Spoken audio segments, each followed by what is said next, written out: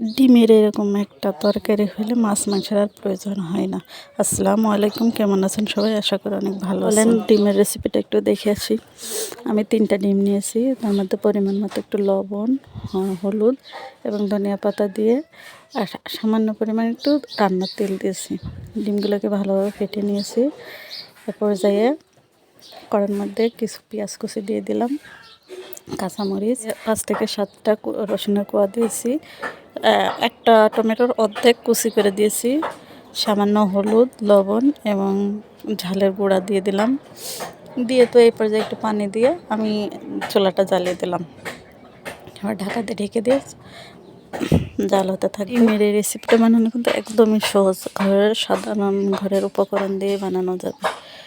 তো এই তো পাশে একটু নাড়াচাড়া করে দিলাম, ভালো করে যে মশলাগুলো দেওয়া হয়েছে ওগুলো যেন ভালোভাবে একটু সিদ্ধ হয়। তো আবার ঢাকা দিয়ে আমি এই পর্যায়ে এসে আমি বাটিটা একটু উঠায় নেব।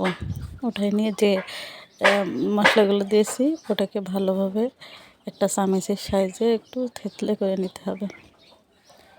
তো এই তো দেখেন আমি এভাবে করতেছি এবং বাটিটা ঠান্ডা হয়ে গেলে এই ডিমের যে ভাব দেওয়া হয়েছে ওটাকে ভালোভাবে পিস পিস করে কেটে নিলাম। নিয়ে কড়াইতে একটু তেল দিয়ে সামান্য একটু জিরা ফোড়ন দিছি।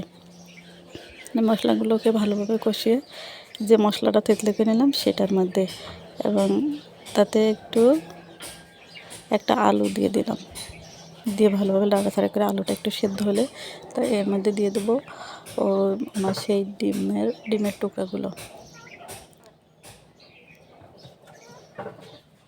তো এই যে এবারে আমি আমার ডিমের টুকরাগুলো একে একে দিয়ে দিলাম তরকারির মধ্যে, আলু তরকারির মধ্যে।